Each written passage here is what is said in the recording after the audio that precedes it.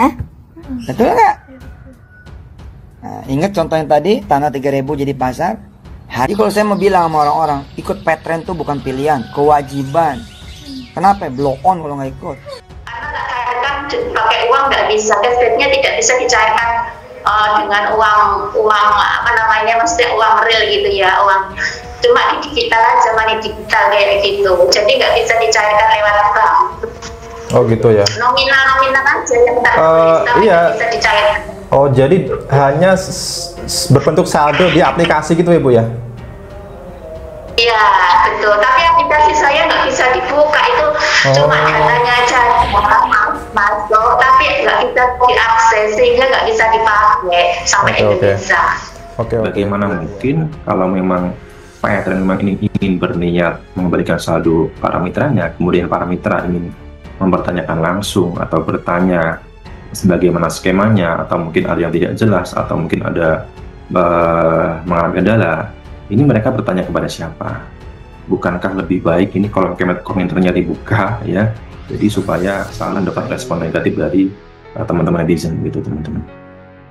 Dari alamatnya saja ini setelah ditelusuri oleh Pak Darso ya, yang konon kabarnya berada di Jalan RS Fatmawati nomor 2 RT 1 RW 4 Gandaria Selatan, Kota Jakarta Selatan. Setelah ditelusuri, nomor teleponnya pun tidak sesuai, dan juga kemudian harusnya jangka waktu pengembalian itu lama teman-teman ya, bukannya dibatasi, tapi ini justru dibatasi, dan itu pun waktunya sangat sempit sekali ya, hanya tanggal 8 sampai 23 April, artinya kan cuman berselang kurang lebih ya 2 mingguan teman-teman. Harusnya ini bahkan mungkin tidak kita Google Form gitu ya, tetapi ini ternyata kan hanyalah sebuah foto, dan ini juga tidak bisa diklik atau dipencet langsung, tidak bisa. Seharusnya kalau memang memberikan akses Google Form berupa link gitu ya, bisa saja menaruh di deskripsi atau di kolom komentar. Tapi kalau cuman hanya foto seperti ini kan tidak bisa. Ini sudah saya coba ya, ini ternyata kan memang saya duga memang hanyalah ya terkesan seperti apa namanya ya, akal-akalan saja ya, atau mungkin basa-basi atau formalitas. Jadi seolah-olah Pak Petren ini ingin mengembalikan saldo daripada mitranya, tetapi juga hanya ya bualan atau basa-basi belaka begitu ya. Sekali lagi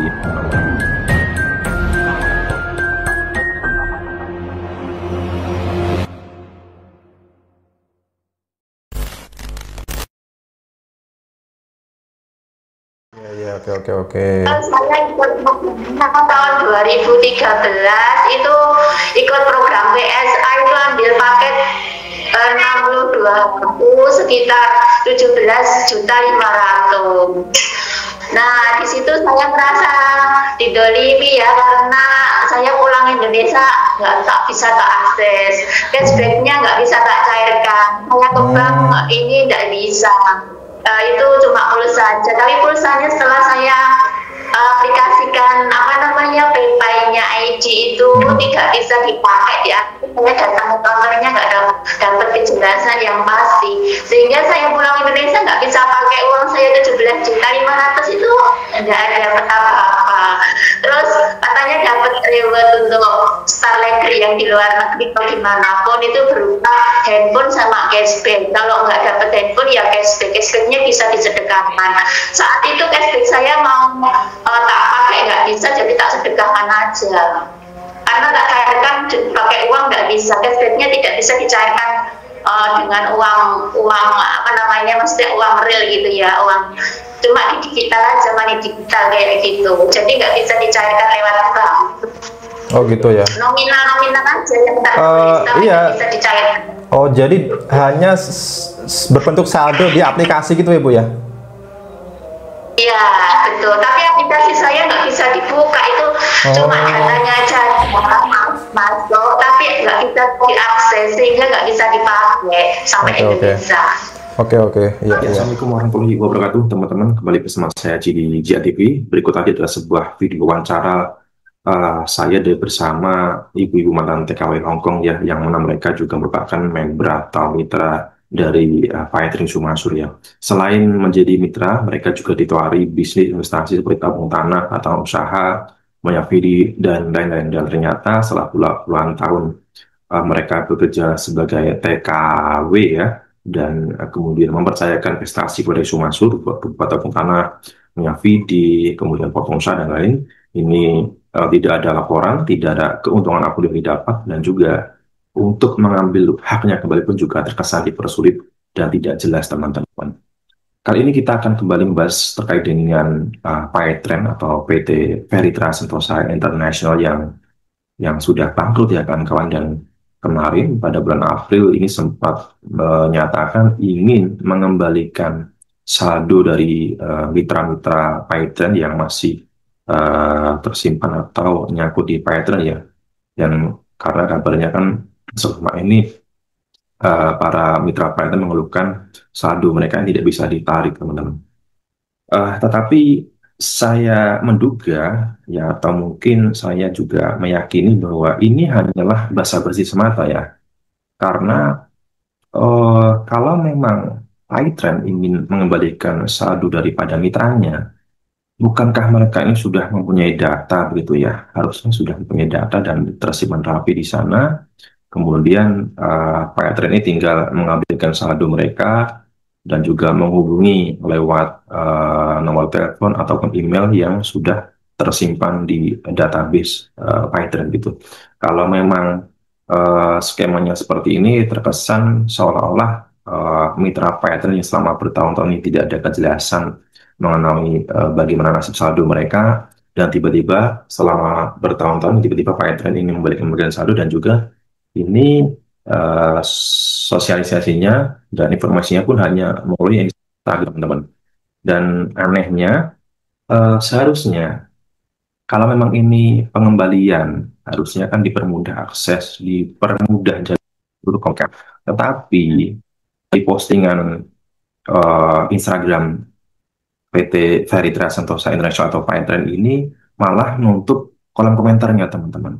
Bagaimana mungkin kalau memang Firetrain memang ingin berniat mengembalikan saldo para mitranya, kemudian para mitra ingin mempertanyakan langsung atau bertanya sebagaimana skemanya, atau mungkin ada yang tidak jelas, atau mungkin ada mengalami kendala, ini mereka bertanya kepada siapa? Bukankah lebih baik ini kolom komentarnya dibuka ya, jadi supaya para mitranya mudah, jadi saling berdiskusi di kolom komentar, kemudian saling ada tanya jawab gitu antara admin dan juga para mitra. Tetapi justru di sini Firetrain di postingannya malah menutup kolom komentarnya ya, atau mungkin apa sudah takut dibully ya, karena memang kan selama ini postingan admin mengenai Yusuf Mansur kan selalu mendapat respon negatif dari teman-teman netizen gitu teman-teman.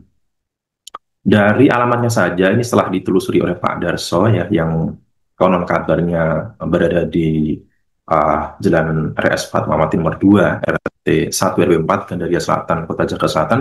Setelah ditelusuri, nomor teleponnya pun tidak sesuai, dan juga kemudian harusnya jangka waktu pengembalian itu lama teman-teman ya, bukannya dibatasi, tapi ini justru dibatasi, dan itu pun waktunya sangat sempit sekali ya, hanya eh, tanggal 8 sampai 23 April, artinya kan cuman berselang kurang lebih ya 2 mingguan teman-teman. Harusnya ini bahkan mungkin tidak dibatasi gitu, tapi hanya selang 2 minggu, aksesnya juga dipersulit, lokasi kantor juga tidak jelas ya. Kemudian ini lagi teman-teman, di sini Firetrain memberikan link atau Google Form gitu ya, tetapi ini ternyata kan hanyalah sebuah foto, dan ini juga tidak bisa diklik atau dipencet langsung, tidak bisa. Seharusnya kalau memang memberikan akses uh, Google Form berupa link gitu ya, bisa saja menaruh di deskripsi atau di kolom komentar. Tapi kalau cuman hanya foto seperti ini kan tidak bisa. Ini sudah saya coba ya, ini ternyata kan cuma foto, bukan sebuah link. Kalau memang sebuah link, tinggal pencet tombol, klik, harusnya langsung ini terbuka websitenya atau Google Form-nya, dan jadi dipermudah dari mitra Python yang ingin mengisi formulir, tinggal pencet tombol klik langsung ada website yang tersedia. Tapi ini tidak ada teman-teman ya, di deskripsi maupun di kolom komentar ya, kolom komentar justru malah ditutup.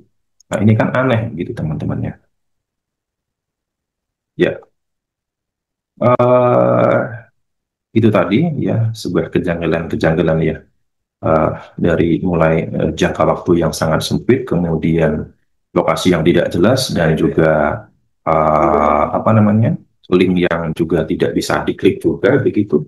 Dan ini syaratnya juga terkesan ribet sekali ya.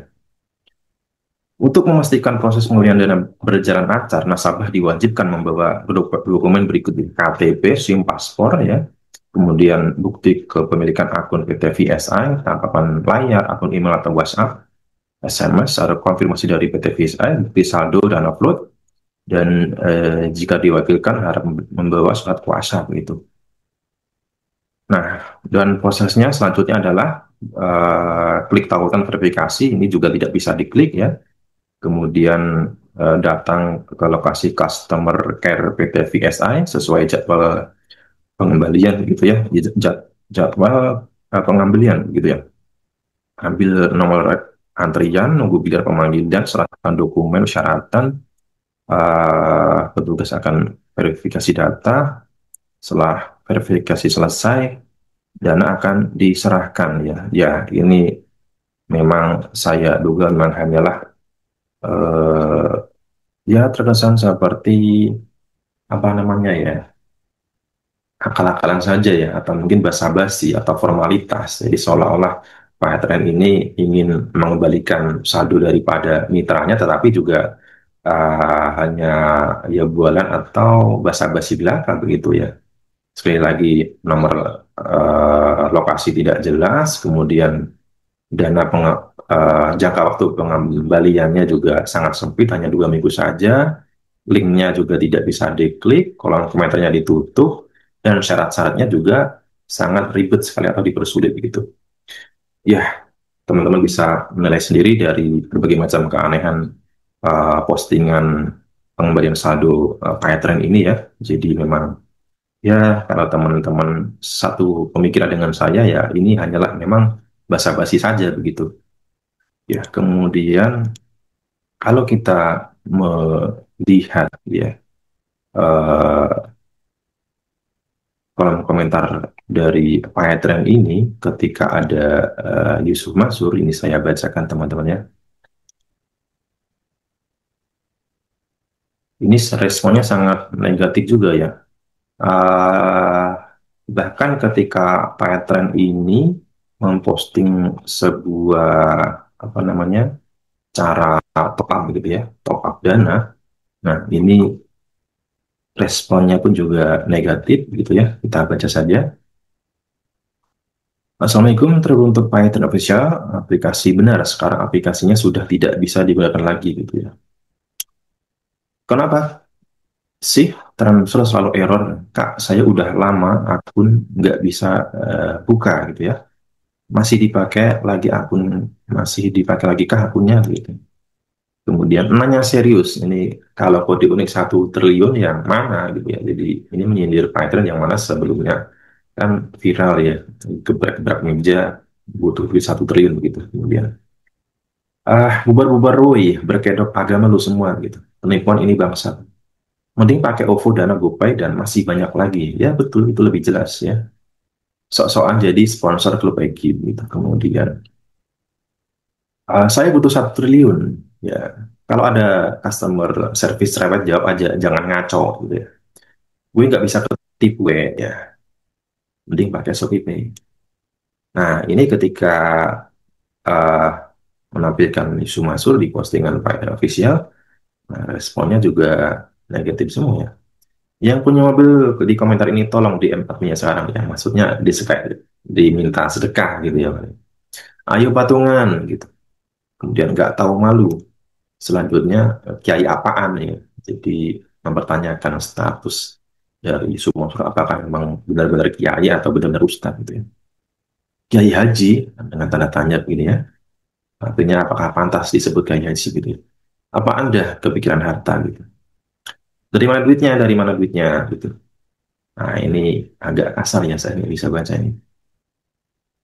Kiai, tanda tanya lagi ya. Coba hartanya semua disedekahkan sampai nol biar makin uh, barokah gitu ya. Semoga diajak Allah Ustadz ini biar diperlihatkan hasil sesungguhnya kepada manusia-manusia lainnya agar segera bertobat. Nitip ya. Kemudian ya itu komentar-komentar negatif dari netizen kepada Yusuf Mansur ya di Instagram Pak Trend itu. Ya, mungkin itu saja yang bisa saya sampaikan teman-teman. Setelah saya analisa, ternyata kok terkesan memang kembali dipersulit ya. Dan jadi bukan hanya Pak Trend. Kita tahu selama ini investor batu bara, investor minyak bidi, investor tabung tanah, investor patungan usaha, ketika mereka ingin meminta uangnya kembali, ini terkesan susahnya minta ampun. Terkesan Yusuf Mansur itu sulit mengeluarkan duit, apalagi dari kantong pribadinya. Gitu ya. Kalau memang perusahaannya memang bangkrut seperti Paytren atau mungkin investasi tidak berjalan, ya harusnya Yusuf Mansur sebagai inisiator, sebagai apa namanya pembuat bisnis, ya harusnya bertanggung jawab dengan mengeluarkan uang dari kantong pribadinya untuk mengembalikan hak-hak dari para investor atau mitra-mitranya begitu teman-teman. Tetapi selama ini kita tahu para investor bahkan harus nunggu sampai ke pengadilan. Kalaupun ini dikembalikan hanya pokoknya saja, dan itu pun setelah meminta berkali-kali ya, seperti Bu Darni itu saya bantu berkali-kali WA setiap hari dan itu pun tidak dibaca ya, tetapi tiba-tiba diblokir ya setelah 1 bulan ini di spam terus diusahakan terus mungkin Yusuf masuk masa terganggu akhirnya diberikan hanya modalnya saja. Itu pun juga Mas Ali Pak ex karyawan Paytren ini gajinya juga belum dibayar, tiap hari di spam, tiap hari di WA, tidak dibaca, dan sekalinya dibaca minta maaf gitu ya, dan juga ditransfer, memang ditransfer pun juga hanya 200.000. Nah, ini membuktikan bagaimana target Yusuf Mansur ini terkesan pelitnya minta ampun, sulitnya minta ampun untuk apa namanya membayar hak-hak dari pada orang-orang yang menuntut uang investasi ataupun hak-hak gaji ya kepada Yusuf Mansur itu teman-teman. Ya, mungkin itu saja yang bisa saya sampaikan teman-teman. Kesimpulannya memang Pak Trend mengembalikan saldo daripada mitra-mitranya ini ya, saya duga juga hanyalah basa-basi semata begitu ya. Dan teman-teman bisa mengecek sendiri di Instagram langsung dari Pak Trend Official, komentar-komentarnya ditutup dan informasinya juga belibet begitu ya. Dan teman-teman juga bisa nonton tayangan Pak Darso terkait dengan penelusuran lokasi dari kantor customer care atau customer service pengembalian saldo mitra Python. Oke, teman-teman, itu saja yang bisa saya sampaikan. Terima kasih. Kita jumpa di video selanjutnya. Wassalamualaikum warahmatullahi wabarakatuh.